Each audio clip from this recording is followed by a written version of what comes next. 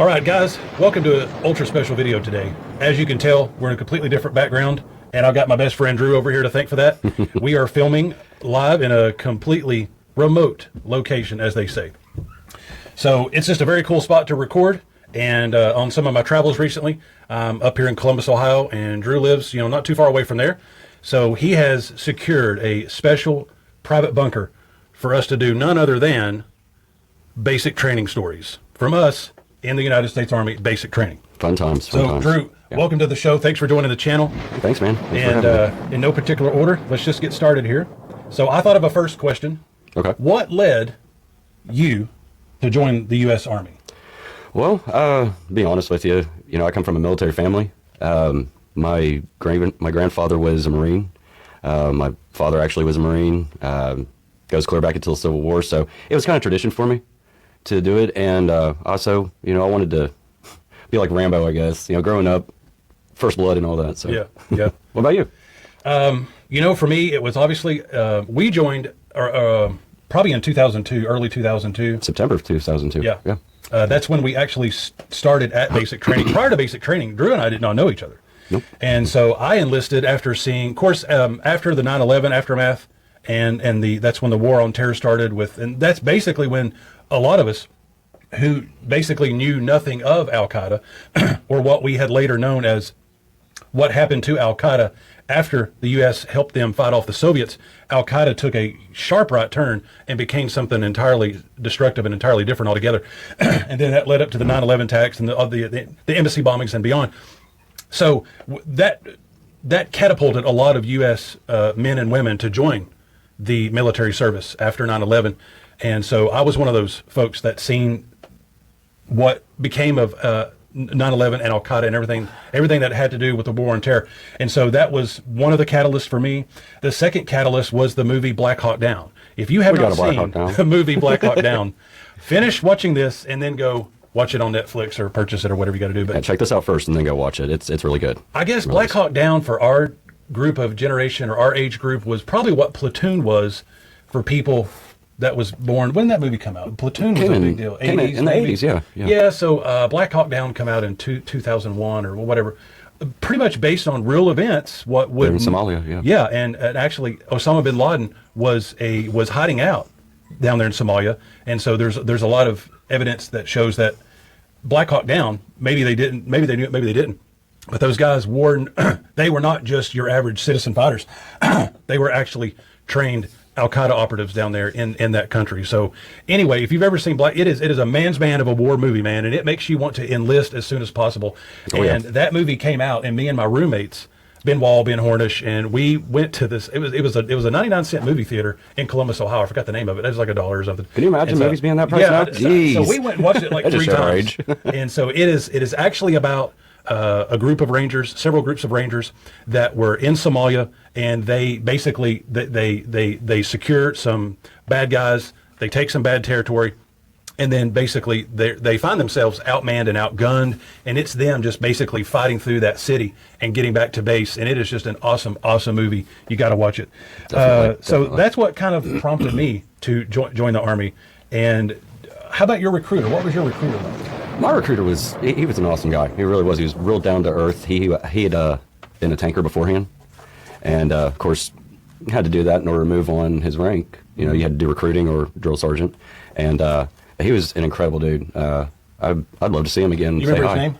James Ratliff. Yeah, I sure do. Yeah, I remember my guy's name. His name was Sergeant Brian Halstead. Brian Halstead, and I just like the way he carried himself.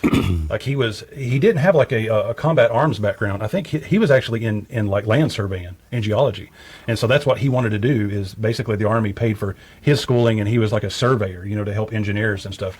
So he was like a super professional background guy with that, and I just like the way he presented himself. And I'm sometimes easily influenced, as you probably know already. Like, it doesn't take much to I like easily impressed by stuff. So I was just impressed by this dude's basically a trapper keeper, and he had like all the pay differentials, what jobs you could choose, and here's where you would be stationed at. I'm like a book and letter kind of guy, and so like his trapper keeper of information, I was like, well, I was like blown away by this guy's information. I'm gonna join an army over a trapper. Yeah, I'm just super impressed, man. And so when we watched the movie Black Hawk Down, there was all that terminology of Rangers, Army Rangers, Ranger School, And we hear a lot about Navy SEALs, but the Army Rangers kind of not so much. And so when I would ask him about Rangers, like we've seen on the movie, he was like, "Oh wow, man, those guys are just a whole different animal." He's like, "That is training. You don't want nothing to do with that. That's basically a torture course." And I'm like, "Oh, good, sign me up. I'm all about torture, Rambo. I'm all about it. Hey, that sounds super difficult." And so I had no idea what I was getting myself into. Even after reading the Ranger material and the Ranger books that were out there, it does not hold a candle to what even the pre-training takes place. And of course, so that's what started my journey to go to Fort Benning, Georgia. And so was Drew's. So Fort Benning, Georgia, it's closed to just men only. And at the time, I don't know if it still is. Is it? Not sure these days. But back then, it was just for men, and that's where it's basically the pipeline for you to go to airborne school, air assault school, Ranger school, special forces. If that's where your Army career is headed, you will more than likely should or will do basic training at Fort Benning. Or AIT or something. Yeah, just for whatever reason. You'll be there. It was just the toughest. So if you went somewhere else, I'm sure it was tough, but it was not probably tougher than Fort Benning. I can just pretty much say that confidently, especially back in those days. So we landed at Fort Benning, Georgia. And so we will just kind of start in sequence here. So you will most likely, when you go to basic training, you will start off at somewhere that's not your actual basic training station for your first week. So your first week is going to be in somewhere for maybe 6 or 7 days. You're doing a lot of paperwork. You're doing a lot of in-processing. Reception. You're reception. you're getting all your camo. You're getting all your gear. Getting everything ready to be all you can be. You do report to a drill sergeant. You do got a squad leader, a platoon guide, or something like that. But your first 5 or 6 days there are not technically it's still basic training. It's but not. The party hasn't started yet. No, not even close. So we were assigned at a place called 30th AG in Fort Benning, Georgia, whatever AG stands for. And so we had barracks, you had your bunk beds. We had a drill sergeant that was in charge of us, who to this day I think is the meanest person alive. I don't know his name because I stayed 75 yards away from him at all possible, but he looks just like Dolph Lundgren. If you guys have seen the movie Rocky IV, remember the big, tall, muscled Russian guy with the blonde hair? It's exactly what he looked like. Drago! And he was no nonsense. And I thought he hated life and he hated us for being there. I got 2 memories of him, whatever his name was. We'll just call him, what do we call him we'll just call him Drago. So that's nothing more. So if you don't know who the Russian is on Rocky IV, shame on you. 1, 2, just go Google it. We'll put up an image here real quick. He's also in Universal Soldier. Yeah. So he's still to this day, he's probably like 70 years old and still doing karate and kung fu or whatever he does. He's highly intelligent, dude. Super smart guy. Yeah, he was like he was something. Yeah, and sure was. But the guy that was in charge of our platoon was super mean. And so the first memory that I have of him is there was this urban legend that was going around our basic training station that he had. Now remember, we were in Gulf War I, so that would have been in like 92 or 93 early maybe. 90s. Yeah. And so that's early where 90s. the U.S. military and other folks went in there. Saddam Hussein had taken some oil fields from another small country and was doing some other abuse and stuff like that.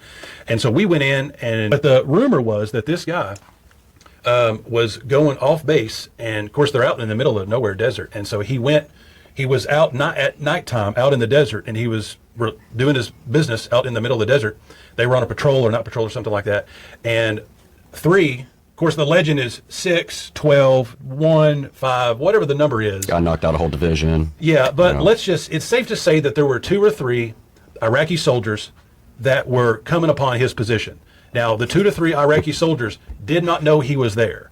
And so he was out kind of by himself using the bathroom, and they give you this steel collapsible shovel.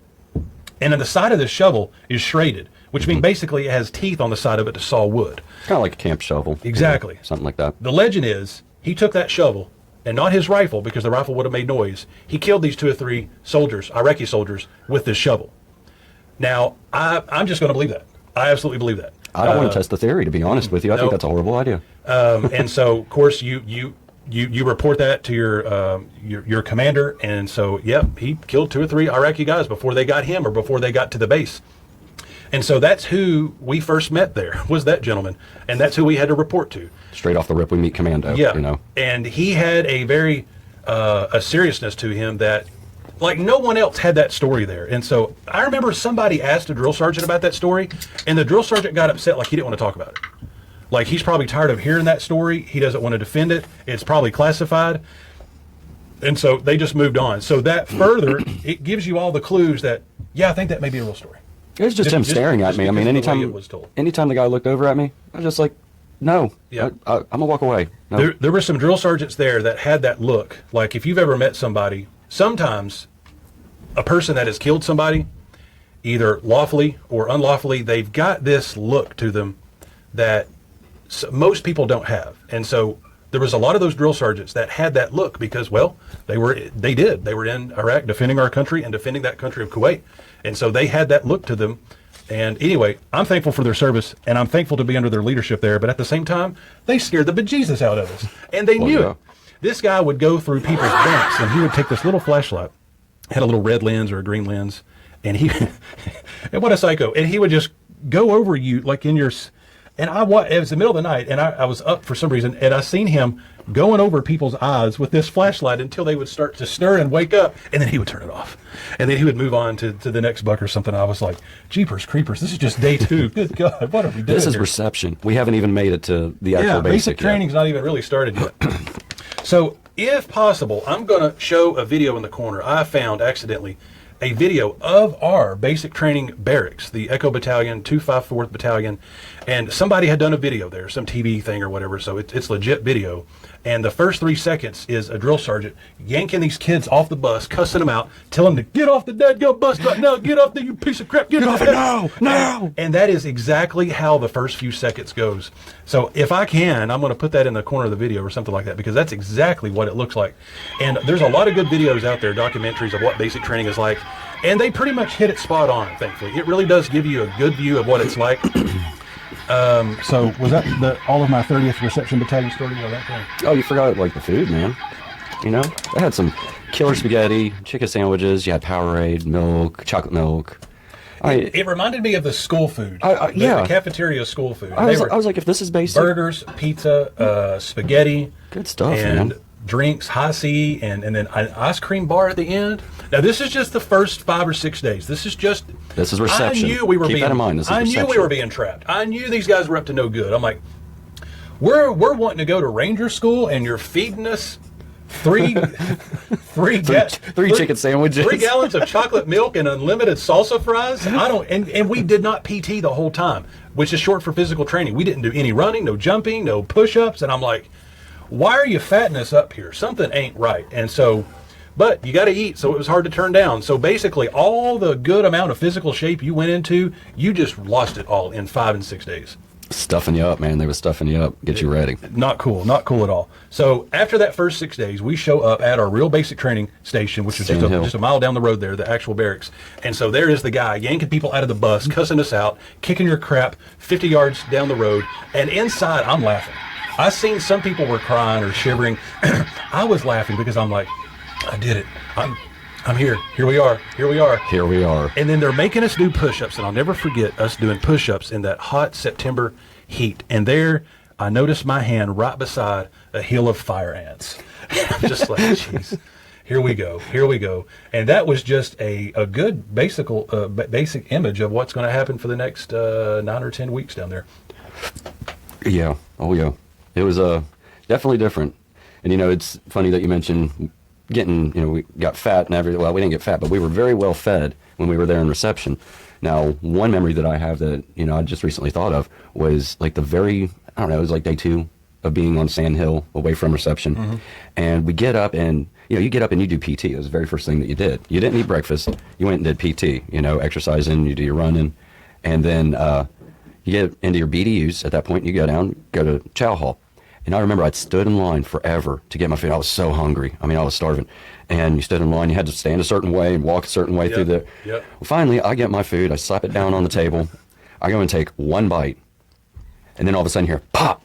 Drill sergeant, everybody get up. Take your trays to the trash. I'm like, what? And I just took one bite. Well, as we're going, the spoon was my best friend at that point because I'm sitting there and I am shoveling as much food into my throat as I possibly can because so hungry, we're throwing away all this food and we're going to go out and do God knows what, straight crucible over here at this point, Yeah, I remember being woken up. I promise you guys, they were waking us up at 3:45. Yeah. Our platoon guy would wake us up at 3:45. The actual time was like 4 a.m. You know how bad your face hurts at 3:45 a.m.? That's without any booze. At 3:45 a.m., that is unnecessary. And we only got maybe 5 hours of sleep, each night. And then the whole day is push-ups, running, marching, bayonet training, obstacle courses, BRM. and it looks fun from your TV. You know, that looks fun, and you want to register online to get some of that until you're there, and it is a whole nother bag of tricks, man. It's a whole different ballgame. I still enjoyed it though. Let's see. Oh yeah. Let's see if we can get into some stories here. But I do remember us going into the chow hall, and it was. I think it was. I do remember us going into the chow hall, and it was. I think it was the first day or two, and then they had the soldiers, the privates that would open up the doors for us, and they would sit at parade rest and hold the door open for you. And then I remember, and we would just do this. Step, It was one, like a freeze. Step, one, freeze. Yeah. Step, one, freeze. And it took. There were times I don't know. Like I would rather not eat than to have to go through that circus that we would have to do 3 times a day, and then even before that, you would have to do. I think it was 10 push-ups and 10 pull-ups, and that's when you're in line. And then we'd have to do it afterwards, and that doesn't sound like a whole lot until by God, that's why. Well, we've done all day long, and we're on 5 hours of sleep. But I remember seeing this guy. It was the first day or two, and his lip was just quivering. And that's all he could do just to keep off the tears as he had to hold the doors for all of us. And I just specifically remember that kid. It's funny how we look at this and we're laughing, about it now, and it's just like at the time, it was no laughing matter. It was a wild place. It was a wild place. It was was. It was terrifying for a lot of people, and it was purgatory for a lot of people. And then there were times where we actually did have a lot of fun, and then there were times where it was just hard work, and you couldn't wait to get it done with. But speaking of the dining hall, I remember a guy. So they have us do something in basic training called KP. I guess it stands for Kitchen Patrol, but Kitchen Patrol Duty. I never. Somebody once said that, and one of the drill sergeants said, "It's not what it means." I don't know what else it could mean. Yeah, I mean, kitchen. Who knows? Well, that's what we're calling it, and they're not here to do anything about it. Right. So we can. No one. Trust me. No one can find us where we're broadcasting from today. Yeah. So we're going to call it Kitchen Patrol because it makes sense. Kitchen duty. And so they had a roster of everybody who was just rotated, and out of your 10 weeks there at basic training or whatever, I think I did it maybe like 3 times or something. And so that's basically where you open the kitchen and you close the kitchen along with you and maybe 30 other guys, and you're not cooking the food, but you're cleaning. So you're doing pots, pans, dish room, dining room area, and that's what you do from sun up to sundown. The entire day. Yeah. The only good is that you're not doing the running, marching, push-upping, and things like that. And you only report to one drill sergeant instead of 5,000 that's in your face that day. So there's only one you got to report to. Well, the dining room had lots of good food for the regular soldiers, for the regular officers. Not us piece of crap. Not us. No. If you're just in basic training, you're just going to eat what everybody else is eating. Well, in kitchen patrol duty, one of the other things is if you're sneaky enough and you cannot not turn this down, you may get access to some cake. I ate cake out of a trash can, and it was worth every single calorie of it. And I don't care if it was in the trash can or not, because we have been basically detoxed off any type of sugar and caffeine for like 3 weeks. And somebody laid a tray of cake in it was not like in the trash, not like I'm a raccoon scooping. Not scooping. But I would have. Like I would have. Let me see that Swiss cake roll. But thankfully it was on top of something. In the trash can. And so, yeah, I reached in and grabbed 2 handfuls of iced chocolate cake, and it was worth every single second of it. And so you did get some freebies like that. Now, one person took this to an extreme, and they have, you guys seen the, what do you call them, the disposable cereal boxes, that's got, it's got little boxes. Yeah. I don't know the term for them, but they're individual boxes. It's got, Count Chocula on the front of it, or Captain Crunch. In this day and age, it's got the plastic bowl. Yes. Back then, it was a little mini box. Now, we didn't get those, but nope. they had a stand of them for the regular officers and the sergeants. So some kid had taken all of the Cocoa Krispies. So they had different flavors. This kid's cereal of choice was Cocoa Krispies. Of course it is. They're delicious. Well, this kid had stolen all. So whatever that number is, 10 or 12 boxes of this stuff. So there we are. We're just cleaning. And the drill sergeant just comes knocking people out of the way. And what is extra funny about this is how the guy sounded. He sounded like, "Who took all the Cocoa Krispies?" Yeah, he had like a speech. The guy had probably killed and maimed 100 Iraqi soldiers. Oh, yeah, but it's hard to take hardcore. him serious because he sounded like a cartoon character. And so this guy's knocking kids out of the way, assaulting kids. "Who took all the dead gum Cocoa Krispies? Let me tell you something, right? I'm going to kill every one of you and wring your eyeballs out of your skull to take all the Cocoa Krispies." And he's just getting in people's faces, and he's wanting a confession out of somebody who did it or somebody who stole all the dead gum. And he never said the word. Man, he was ripping people up left and right, and I'm just in the dish room. I can't even see straight. I'm laughing so hard. And I'm just going, please, God, don't let this guy come near me, because he's going to kill me when he sees that I'm laughing. And I'm not laughing at him. But how could you not laugh? Yeah. I am laughing. This guy's just ripping people up like a buzzsaw, like trays and food is flying everywhere. Go right now to Cocoa Krispy. You think maybe his favorite cereal was Cocoa Krispies by Maybe chance? it was. And Maybe that's why he was so upset about it, because this yeah. cereal's gone, brother. And he takes us all to the stand. He's like, I want you guys to look at this stand of Cocoa Krispies. There no Cocoa Krispies left here. All the Cocoa Krispies is gone, dadgummit. And I want you just to imagine every F word you can imagine. Like this is cleaned up because we got a lot of people watching it. But I want you to imagine every foul 4-letter word possible. Back then, they could cuss. I mean, the gloves were off back then with the language and how they handled us in basic training, and good, because you're there to be toughened up. So just imagine all that language, and this guy's just ripping people apart over Cocoa Krispies. That's one of my favorite stories, and I could not wait to go back and tell my friends about the Cocoa Krispy Bandit, and because Did they ever get caught? Did they ever catch the culprit? No. I don't think so. This guy managed to get away in basic training with 10 boxes of Cocoa Krispies. They would have hung this guy if they would have found him. This guy would have been absolutely strung up by one of those ropes that we used to climb up. But anyway, so that's my Cocoa Krispy story, and to me, it's one of the best stories ever. And I'll just be driving down the road, and I'll just tell that story by myself when no one's around. Sometimes that's how much I love the Cocoa Krispy story. You got anything? Oh, well, all right. There was, of course, always some downtime. You know, not a whole lot of downtime, but there was some downtime. Now, I don't know if you recall this, but there was 2 other guys, and your bunks were right there near the drill sergeant's office. Okay, do you remember? There were 2 other dudes there. Can't say names, of course. You know, well, one of them, both of them, they were hilarious. It was good times to be able to, you know, hang out and things like that. You know, in the off time, the little bit of off time that we did have. Well, anyways, I don't know if it's called Gold Bond, but there was a particular type of foot powder. Oh, I remember this one. Yeah, there was a particular type of foot powder, and you put it on your feet. I forgot all about this. Yeah, oh yeah, I just came to mind, and you know, you put it on your feet, and it did wonders for your feet. Okay. Gold Bond medicated power. Yeah, with the menthol. It did its thing when it came to your feet. You know, whatever, if you had athlete's feet or anything like that. Well, this one guy decides he's actually going to put some of the powder in his, you know, in his junk area. In his crotch. You know? And he starts wiping her down, I guess, you know. And then not even 30 seconds later, he starts kind of messing, and then he's like, my stuff's on fire. He's on fire. My stuff's on fire. You know? And all the while, I mean, it should have been like a movie, and there's smoke coming from his area, because He's screaming. He's crying. He's in legit pain. I shouldn't laugh about this, but he was in legit pain. That is hilarious. He was right beside my bunk, Yeah. Barnett. I don't know I'll just say their names anyway. And I know they went on to do great things in 2004 and 2005 there, so I hope he's still with us. But you can see, I forgot all about that story, but you can see the temptation to take that medicated powder and put it up between your legs, because we're running, we're marching, it's all chaffed out, and it feels good on your feet, so why wouldn't it feel good in your crotch? Duh, that makes perfect sense. Until you throw it on in there, and man, and so he jumped in the showers. It stung probably for 24 hours. I don't know how he fell asleep. I remember that. That was hilarious. That was good times, yeah. But I was thinking about that, like, you know, with the kind of downtime that we did have, because it was rare, you know, to have any downtime at all, and be able to cut up with him on that. That was funny.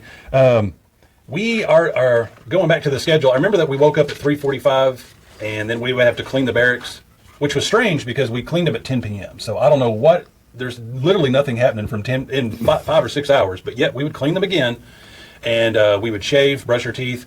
And then we would go down there for morning formation, form up, do a head count, and then we would march out to the PT field. Now, that PT field at 4 a.m. in the morning looks like something from a concentration camp, because you've got, to me, it looked like something from the movies. This guy's straight talking about Holocaust, and this is basic training. I mean, I'm not comparing the two at all. You know, that was the world atrocity, but I'm just saying it had that feel to it, because they had, you know, the inescapable fence that went around the property. It had razor wire on top of it in some points. It's in the middle of the morning. You've got these concentration floodlights that are coming down. I'm sorry, it looks like something from a movie. And it had that feel to it, just this very inescapable feel to it. And at 4:30 in the morning, that's kind of what it felt like. Of course, back then we had no cell phones, there was no news, there was just some letters, and then every now and then, once a week on Sundays, you would get to call home. Had to use a calling card. Yeah, you'd have to use a calling card, and you'd be basically calling all your friends, going, "Get me out of here, please. Do whatever you've got to do. Get a hold of the Please. American Red Cross, Yes, please." This is awful. They're making, they're not even feeding us Cocoa Krispies. They're putting icy hot in our crotches. We've got to do something, please. They're waterboarding us down here, and it was awful. But anyways, and we would have to run that. We'd have to run that PT track 8 times. 8 times equals 2 miles around that track. And then we would come in the middle, and we would just be doing push-ups, handstands. I mean, it's all kinds of junk. And I remember being face down. And of course, when you're in that workout platoon, there's about 50 of us or something like that. You can kind of blend in, and you kind of want to blend in. You kind of don't want to stand out. And I remember being in the middle of this formation or something. There's 50 of us. We're all laying down in the sand, and we're doing our push-ups. And I remember just laying down on that cool sand, and I was like, "Oh, this feels good." And when you're in basic training, if you know what I'm talking about from the old days, you're so tired you can sleep anywhere. Literally, it did not matter. You really just need 60 seconds of being still, and you could fall asleep. You will fall asleep. Yeah. And I remember laying down on that cool sand going, "Oh, this is nice. This is not bad." For the 2 seconds that you could do this. I'm just going to camp out here for 2 seconds and close my eyes and think of a happy place. I don't know if I fell asleep or not. The next thing I know, a couple of seconds later, is sand being kicked in my face, and a drill sergeant, one of the Ranger drill sergeants, and those guys were unique, so that means these guys went through the Ranger school process. And so they were just a little bit more hardcore than which was, if you can imagine something being more hardcore than the Dolph Lundgren guy. So he's up in my face, and he's on the ground with me, right beside me. Right, yeah. And I'm like, whoa. Face on face, man. And he's like, "Who do you think you are?" I don't think I'm anybody. I really am just, seriously, I'm just an average guy. I'm not one of the above average people here. So that question, I was confused by that question. I'm just trying to do the push-ups, man. So I don't think he's like, "Let me tell you something. Let me tell you something, brother. You have no idea." He's like, "You don't run anything down here," which is the last thing on my list to do, is run this basic training operation. We're lucky to be running. I'm really surprised that you guys haven't sent us back home with the Cocoa Crispy guy yet. I'm just glad to be here. I'm just trying to get through this next hour of push-ups. So strange questions for my Ranger drill sergeant for me, but I remember him kicking the sand in my face, which woke me up, and then he dropped down in the push-up formation with me and started asking me questions about why I think I run the place. And trust me, you think you could just lay there and do whatever? Yeah, you don't run things. Yeah, it was so hilarious. But that got my attention, and that got me pushing out some more push-ups, and then he just went on to his next victim. And that's what is technically known as shark attack. So there is a term for that, and that's just where the drill sergeants will just see a random person for no reason that they've not spoken to in the next 30 minutes, and they all get up in your face, and it's questions like, "Who do you think you are? You think you run this place? You think what it's got to be? Oh, you want to be an army of one, huh? You're here just by yourself, huh? What about your team? What about your team?" And you're just like, "Hey, I'm just trying to use the bathroom. What are you guys talking about?" I'm just trying to make it to breakfast. I'm just beside this tree trying to use the bathroom. You told me I could be here. What happened? And so it was those mind games like that were, one, hilarious, two, it kind of did wear you out after a while. Oh, God, it would. Speaking of what are you doing here, how about the no training guys? So within basic training. Yeah, that's all. I was wondering if you were going to jump on that one. So yeah, within basic training, no matter whether you're in the Air Force, the Coast Guard, the Navy, it is so of a polarizing experience. Let me say this first of all. Nobody goes to basic training to fail, to flunk, to leave, to quit. Everybody goes there with the highest of expectations, honor to country, duty to country and God, to their family, to the service, to their military family heritage. Nobody goes there just to be like, "Oh, well, this ain't for me. I'd really like to go back home if that's possible." Yeah, I'm just not feeling this. Everybody goes there to win and succeed and do their best. Something happens though within that process. Maybe you get injured. Maybe you're mentally, it's totally not at all what you had in mind, and you can't adapt to it. You do have people that get there and they just kind of check out. They check out. Maybe they bounce back from that. Maybe they don't. But we had a guy that really checked out, and he told the folks there that were running the place, he says, "Hey, I refuse to train. I refuse to train." And somewhere within that lingo, the urban legend is, well, we got to send you home in a limousine then, I guess. And so that's what this kid thought was going to happen, is that he's going to say the magic words, "I refuse. I respectfully refuse to train, and you guys are going to put me up at the Hampton Inn for the next couple of days, then I'll be able to go home." Well, boy, was this kid wrong. And I forgot this guy's name. And You're talking about the one at our barracks. You're not talking about the gas chamber. not the gas chamber guy. There was two. Okay. Don't let me forget about the gas chamber guy. Yeah, yeah. But this kid just quit training. He's like, I refuse to train. I'm not going to do anything you guys tell me to do. I refuse to train, so you guys got to send me back home with my mama. And they were like, oh, no, no, we don't. No, we don't, young man. Because if you're refusing to train, is that what we hear you say? You're refusing to train. Yep, okay. Well, training also includes the bunk bed you live on. Training also includes the 3 hot meals in the dining room. Showers. Training includes the shower stall that you guys all use, and we hose you down like German shepherds. Training also includes the payphones. Training also includes the laundry room. So, wow, we really hate to hear you decline all this training because you just declined all those other amenities that came with it. Well, he had to stay down in the company area. What was he on? I mean, what did he sleep on the ground? I remember him being on a cot. I remember his little, it looked like this. Actually, now that I'm talking about it, this is exactly what it looked like. And he was in a cot. We didn't plan this, but this is exactly what it looked like for him. He had an Army cot, and they gave him the Army MREs, the ready meal eats. And yeah, that's where he slept like a chained animal to to a concrete wall. And I felt bad for the guy because he smelled super bad. And because I guess they let him use a water hose or something. But since he refused training, you refused the privileges of the barracks and the amenities that came with it. And so I felt so bad for that guy that I did his laundry because it smelled so bad. And yeah, so I'm not quite sure the outcome of that guy. I don't know if he died there or not. I don't know. I don't know. He's MIA until further notice. Yeah. So anyway, and then we had the infamous gas chamber. Now, if you know anything about basic, then one thing you're going to do is you're going to go into the gas chamber. I mean, that is expressed to you by your recruiter, everything like that. People that don't know nothing about the Army knows you are going to go to the gas chamber, and it's an infamous part of basic training. Oddly enough, it really only lasts about 10 minutes. Now, it's your worst 10 minutes of your life. And so most of us, if you're like us, you tried to read up on it. You know, the internet was out, so I remember reading and kind of watching a couple of videos. And the only tip I got about going through the gas chamber was to stuff your pocket full of some Kleenex. So you cannot evade the gas chamber. Like, you have to breathe in the gas. You have to. And it gets all up in your central nervous system, and it feels like you're on fire from within, and also you can't breathe. And when you do breathe, you're breathing the hot winds of hell. Oh, yeah. It's not fun. And on top of that, you're wanting to bolt out that green door and run for your life. But if you do, you have to do it all over again. Skin starts feeling all tingly and stuff. Yeah. So I knew that no matter how bad this is, we have to be let out of this room, or we have to do it over again. And so it was crazy, the temptation just to run. And people ran into the concrete wall. I think one guy knocked himself out unconscious accidentally. Yeah. These guys were just freaking out. It's because it is scary. It is scary stuff. And then on top of that, you're in a concrete block building that looks just like this. And again, we've done this by accident, but it proves again another one of our stories of how crazy basic training was. It looked like this building. So you're not at the Hampton Inn doing gas chamber training. You're in something like this. And Should we be wearing a gas mask right now?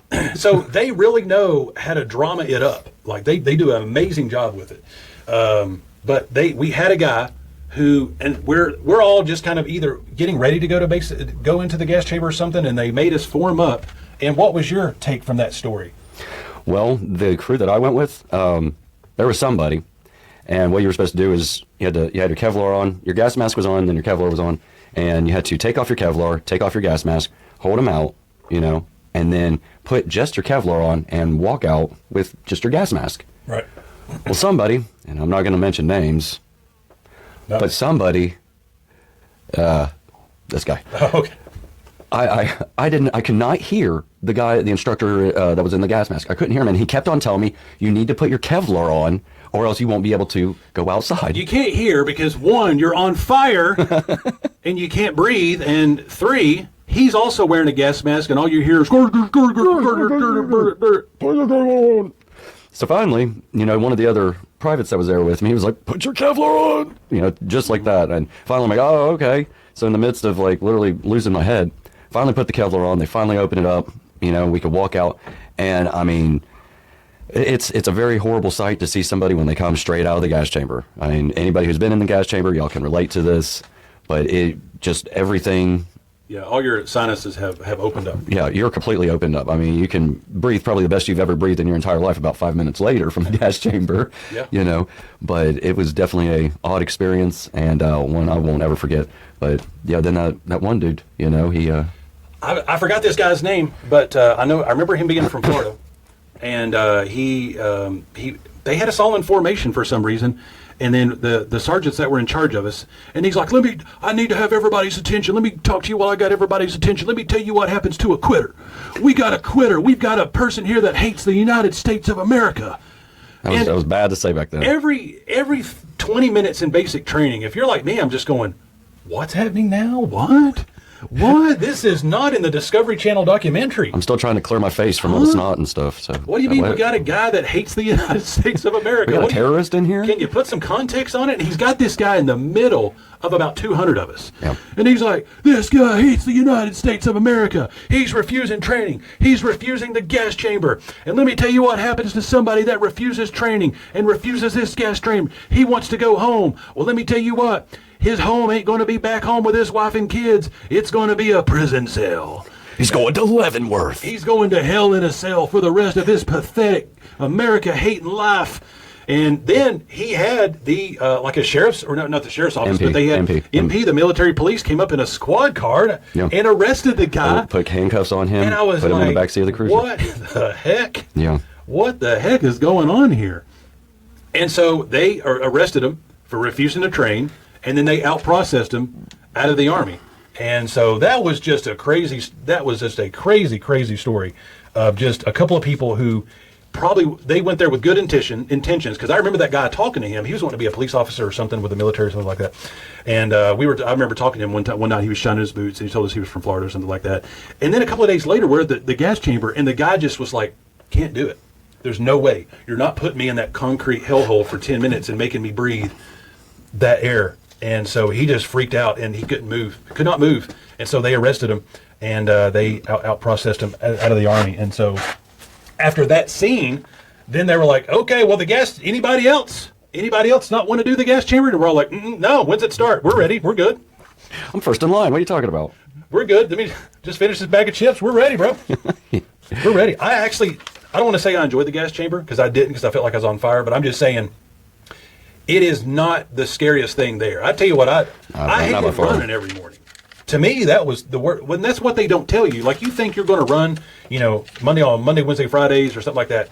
We ran at a Olympic race pace every morning at 4 or 5 a.m. for at least 2 miles, and it just tore my legs all up. Like, I was there for everything else, man, but that morning runs is what got me. Let's take a quick break and check on the animals and the kids. Yeah, let's do that. Stay tuned. We'll be right back. So, Drew, do you remember this one time? So, going back to how much little sleep we got, there was this one time we were out in the field for a day or something like that. When we say the field, we mean like we're basically camping out, and we've got our machine guns with us, we've got our rocket launchers with us, we've got our camouflage on, and we're just going to stay out in the field for a day or two and do our military training. And I don't know what we got in trouble for. And we were good soldiers. I was always getting in trouble. But I got in trouble. When you had 3 people that watched you go to the bathroom and watched you sleep, you're eventually going to do something wrong. So everybody was in trouble for something. So it wasn't like we were special or something like that. Everybody was in trouble. Just depends on what hour it was you were in trouble for. But we were out in the field doing something. And I remember, like, we got in trouble, and it was me, you, and a couple of other dudes, and they were like, okay, you guys, you want to know what your punishment's you gonna be? pieces of garbage, let me tell you something right now, brother. And they all sounded like Hulk Hogan. Let me tell you something right now, brother. You're going to sleep in the fire tower tonight. Oh, yeah. You're going to sleep there while the rest of us, we sleep on the ground. We're the rest of us, the ones that love America. The ones that aren't cheaters, liars, and stealers, we're the ones that love God and country. We're going to be in our tent in the rain with the worms sleeping. You pieces of garbage are going to be way up tall with this roof and this carpeted floor away from everyone. This building that is elevated, clear on up, and I was 15, 20 feet or so. I'm like, you guys talking about the fire tower? Yeah, that's exactly what we're talking about. We get to sleep up there? Cool. Yeah. Like now, we're just going to go ahead and head on up there. Since you're so upset about us, we're going to go ahead and head on up there. We're just going to get out of y'all's way. Yeah, I'm sorry about what I did. I'll go take whatever my it was, punishment. man, it's never going to happen again. We're going to go ahead and head to bed early. Just get out of y'all's way for the evening since you're so upset about everything. You better do it, and you better appreciate You better this run up consequence. there now, right now. We're tired. Okay, good. See ya. And we went up to that fire tower. So I'm going to show a picture of what a fire tower. We're basically 2 or 3 stories above everybody. And we walk into, it was not air conditioned, but I'm telling you, it felt good. It had windows, a carpet floor. There was nothing in there. And an amazing roof. It was called a roof. It was like the Hilton for basic training. When you're in for basic being in the training, field- for this being was out in the field. Hilton. Yeah. And you just get out your sleeping bag, and I'm just going, okay, where's the trick? Is this place filled with copperheads? What's the catch here? Because this is not a punishment. This is actually a pretty good, cool snag. I don't know how we ended up here. And what's funny is these guys were mad about something, and this is supposed to be a punishment. It was hands down. Anytime I see a fire tower, and out where the Blue Hole, out where I go for the swimming hole, out there in the Coe River, they've got one. And I'm telling you, there's no way I could not think of the fire tower sleep. It was the greatest Best sleep. 6 or 7 hours, whatever. I think they forgot about us. Like At one point, I think they did too. It's we like, slept. Wait a second, where's Dan Allen? We're missing 10 people. Where do they go? That maybe they were drunk. Maybe I think that I'm maybe onto something. I Maybe, mean, they probably were kicking some bourbon, yeah, after some we back went to there sleep. because they're working 24 hours a day nonstop. So I think they forgot about the 8 people that they sent to sleep in the fire punishment. tower that night. But it was the best amount of sleep ever. So we were up there for so long, sleeping so good. I think we were like, hey, we should go down there. We should go find our platoon. Do you think they left us here? They clearly forgot about us, and this is amazing. Not asleep though, but yeah, I remember that. That was hilarious. And anytime I see it, that fire station tower, I think about that, and it cracks me up. It was a good amount of sleep. Oh yeah. What was the other one that was pretty funny? How about the time you went off base? Well, the whole thing was a base. But basically, sometimes, when you're doing all this running, jumping, marching, like people get injuries. Like you wouldn't believe the amount of people on crutches in basic training. You would just have to be there to believe it. But so everybody was injured at least once at some point. Ingrown toenails. And yeah, and you had some sort of injury into where and they always pair you up. Like you can't just go by yourself. So you and some guy went to get your a leg x-rayed or something. Tell that story. And then you did the worst thing possible there. I did. According to them. I did, yeah. Well, I sustained a hip injury, and I was actually on crutches for a little while. And I'd gone to the hospital with a fellow private who, he had something going on, I guess something in his throat. Well, anyways, we go to the hospital, and we're there, and he tells me, he's like, all right, man, we're going to actually go to the actual base. I'm like, we are? Yeah, we're going to go to the actual base. So we do, but right before we do, he's like, you got your lace right there, your water lace, and what it was, the water lace, you were supposed to tie a knot anytime you drank a canteen of water so that you stayed hydrated or whatever. Mm-hmm. Well, you take that off and you look like a normal private that's supposed to be there. So we did that the first time, and I got to smoke and had ice cream and everything like that. So I had to go to the hospital a second time. I had to do a follow-up, and this time I actually went by myself. And of course I knew the routine and everything, so I left the hospital, went on the actual base itself. And I'm standing there in line. I'm getting a pack of Newports, and Menthols. Yeah, and I don't know if he was a drill sergeant or what, but he eyeballed and seen I'd forgotten to take the water lace off, and by having that on, that clarified that you were in basic training. You weren't actually assigned to that base. He walks right up on me. He's like, "Son, are you supposed to be here?" His Clint Eastwood type sound that he had going on, and I just look. I'm like, "No." I mean, what else could I do at that point? Yeah.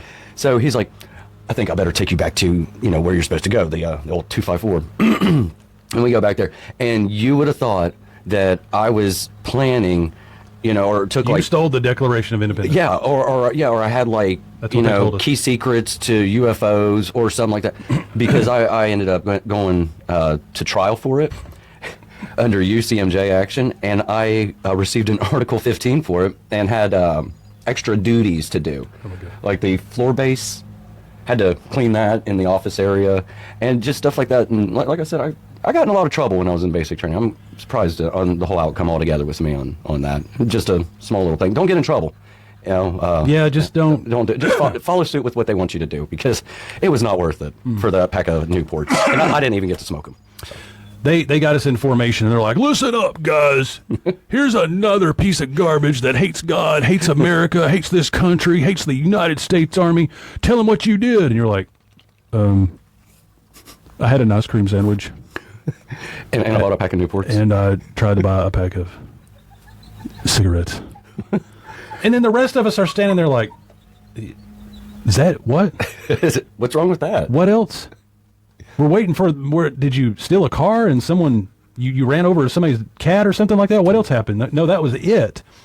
And we were all like, really, this is it? And then they just basically, like, the equivalent of just started flogging Drew in front of 100 of his peers, just started whipping him with sticks dipped in water and caned him and ripped his shirt and pants off and hit him with his boots. And it was a good time. It was a good time. Oh my gosh. And I was like, man, that is so crazy. But if you do go to basic training, and you really should. I'd go again tomorrow if they let me. Yeah, we're too old now. We asked, and they're like, oh, you guys already been here, so you're good. But anyway, just go and follow all the rules. And if you think you're about to do something that, hey, this is going to add some extra comfort and spice to my life in basic training for a few minutes, just think WW. Just don't. Yeah, just think WWJD. What would Jesus do? Just don't. You know, they had us lock our lockers with key combination locks or the dial combination locks, and you're being yelled out for every single thing there. Everything is on a time. Here, you guys got 12 seconds to get your underwear on. 20 seconds to do this and 20 seconds to do that. And everybody would keep their lock. Like, you just got to turn it to the 6 and it comes unlocked. Because you can't remember it even on a normal day, much less when you got people yelling at you and you're on a schedule and something like that. So, like a lot of us, we would keep our combination lock to like 6, and then you just turn it to the 8 and it unlocks. You're looking for shortcuts every chance you can. Oh, definitely, yeah. Well, they went through there and did locker inspections, and they're pulling on people's locks to see if they're locked or not. Well, mine was unlocked. So was 30 other people's, but they got to mine and a couple of other people's. So then they took all of my stuff and spread it going all over the barracks. Like even toothpaste and shaving cream. And I'm like, they shoot the toothpaste out of the tube. And I'm like, why did y'all do that with the shaving cream and toothpaste? Now I have to go back to the PS. Now I've got to walk for an hour by myself, which is what you want to do, and go get more. Like what? And so that was something that happened. They had a name for that. I don't know what it was called. So whatever it was. So we all failed that locker inspection. And then the treat that day was we were going to watch some football game or something. And because of the failed locker inspection, people didn't get to watch that football game. And then some guy was talking noise about how we failed it and it was our fault or something. And then I threatened to beat him up or something like that. And then I got in trouble for threatening somebody there. But anyway, and then I remember going to the drill sergeant. I was like, hey, I'm one of the guys that failed the locker inspection. So how about, why don't the people that passed it watch the football game, and the ones that didn't, don't watch the football game? Doesn't that make more sense? It does not work that way. Like I tried to be like super diplomatic and super team guy. Like, hey, don't punish us. Let the team watch the football game. And then he was like, normally we would, but if we were in the desert and your combination lock, and I'm like, wait a second, my combination lock. My soap and my shaving cream is probably not going to get anybody killed in Iraq. So I was with you until people will not die because of our combination locks, but maybe, I mean, they could. I see the lesson now, but then we weren't connecting the dots with that guy. But at any rate, that's a super funny day. I wonder who lost that game that day. I wonder who played that day. Yeah, we have no idea. I think they were just making it up. There was probably no football game that day anyway. There wasn't. I doubt it. It was a Tuesday. Let's see. What else happened there? Well, there's... I don't know. There was that instance, me personally, I got to go from the company quarter area back up into the barracks area. And I don't know what it was, but one of our drill sergeants, he was the one with the glasses. You remember him talking about? He happened to be up there. And when I walked back in there, I'd forgotten something. Like I said, I was troublesome through basic. Straight rogue, I guess. Well, I walked in there, and I just seen, and he is grabbing mattresses and throwing them. He is grabbing sheets and just throwing them all across the barracks. Wall lockers. I mean, if there was an open wall locker, all your stuff was just caked all over the place. And then, I'm just standing there in shock, because I'm like, I don't know if I'm supposed to be here. I was told I could come up here, but I feel like if he sees me, I'm probably going to be dead. Yeah, you never really know if you're doing it right. Yeah, and he just looked at me and was like, "What are you doing up here, Day?" I'm like, I just last name, so they just call you by your last name. Yeah, I'm just like, I needed to grab this one particular. You better hurry up and grab it and get back down there to the company quarter. All right, I'm so sorry. My bad, drill sergeant. Yep, I'm gone. You know what was funny is, towards the middle of basic training, towards the end, like, I realized that those guys were just playing a character. because I had a couple of moments where like they gave us like, hey, we need you to ride with Sergeant. We need you to ride with Sergeant Ranger down to the ammo depot and get some stuff. I'm like, okay, cool. Yeah, okay, cool. I'll go help them out. And so you would be with them, and then you would be in the truck, and you'd be like, oh, God, he's going to make me do push-ups in the truck somehow. But he'd be in the truck and be like, hey, man, how's it going? Yeah, real down to earth when they got you individually. Did you used to listen to Guns N' Roses? You know, and it'd be like, I'm afraid to say yes or no to that question. And they'd be like, yeah, well, what's a hot day today? And, hey, you did really good in jiu-jitsu the other day. Did you take jiu-jitsu? I'm like, no, I just like to grab people by the throat and throw them on the ground. I'm glad you said by the throat and not by something else. That's what you guys, that's what you guys tell us to do. So and he's like, yeah, I took some jiu-jitsu, and they had a blue belt, and they taught us in Ranger School. And it was so cool to see them almost off camera. Mm-hmm. And of course, I don't think you would see that on week 1, 2, or 3, or 4, but towards the middle, towards the end, you know, you were having some like normal conversations with these guys, and you're like, oh, you're playing a character here. Like, it took us all this time to realize that, but yeah, they weren't actually this way. They were But then somebody. As soon as they would turn the corner and other people would show up, it was just flick of the switch, you know, they'd get that red, they would get that red death look in their eyes again. Well, as we wrap it up, and I mean, I know there's more stories here, but this is just all that we could compile on this one broadcast. And of course, we've always got limited battery and limited memory, especially when you're and real memory somewhere right here. Yeah, you know. Especially wherever we are. We have to get back to the surface here soon. I mean, I think of this one. This is not a crazy story, but I don't know how, but I somehow managed to sneak a lot of chewing gum there. And my hiding spot was I had it out. I raised the window up, and I had it outside the ledge. And so I had like all kinds of chewing gum there. Rebel without a cause here. And it's not a big deal. Like you probably have pieces of chewing gum in your car, but back then, I mean, we had no chapstick, you had no mints, you had no chewing gum, you had no Little Debbie's, no candy, no Cokes, no nothing like that. So my hiding spot for my chewing gum was something that I kept pretty secretive because it was the only treat, really. I know that sounds crazy. I mean, I know that sounds like a prison story, but it felt that way sometimes. Did you have anything that you kind of hid that helped you get through basic training? No, I couldn't. I got busted every single time I did anything. you were doing. I was spotlighted the entire time. You were doing your stuff during the daytime, and not hiding out at night with your pack of Wrigley's spearmint. That's all you needed, man. I should have gave you some. That would have cute. Now that you're mentioning all that, it would have been nice. Yeah, one stick of gum would have been great. That would have quelled some of your off-base temptation. Let's see here. Anything else? I mean, it's been one heck of a walk down memory lane. I mean, you got to keep in mind, folks, this is 23 years ago. It's over 20 years ago this actually happened.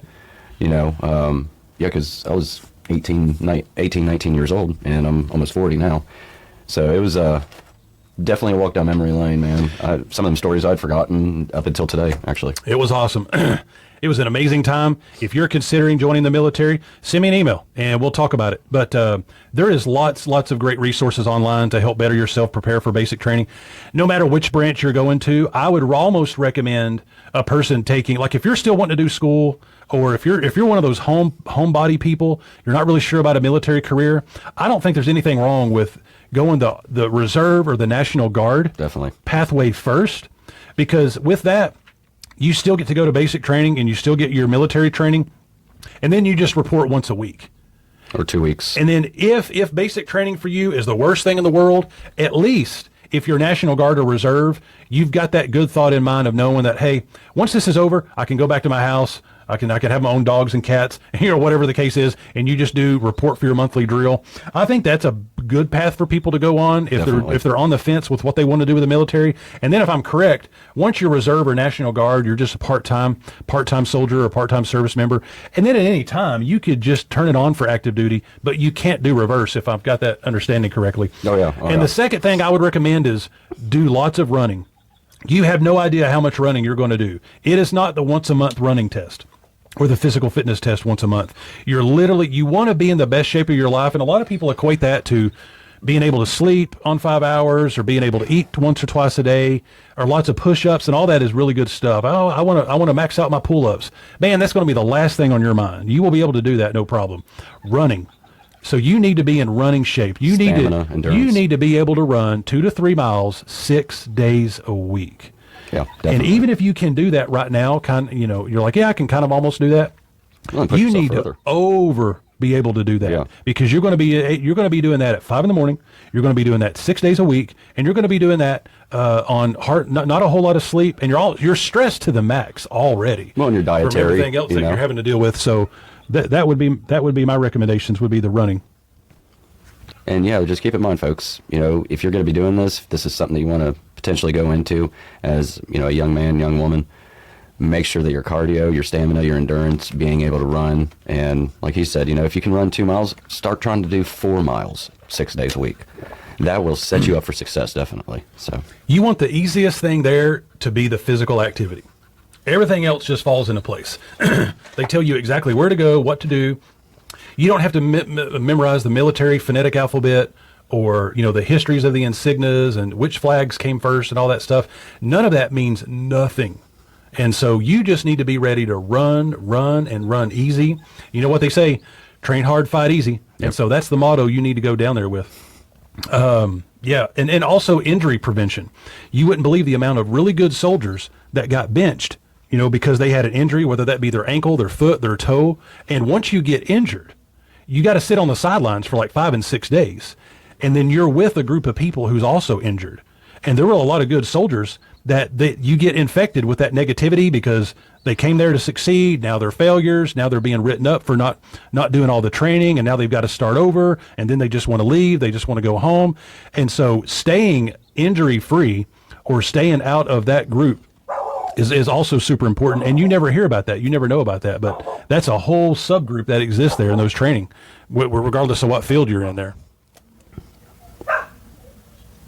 My dog's going crazy. Yep. All right.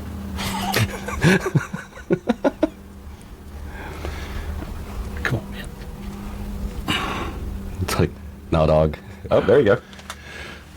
All right, well, guys, man, I hope you have enjoyed this special edition called U.S. Army Basic Training Stories with Michael and Drew, real U.S. Army Basic Training Stories.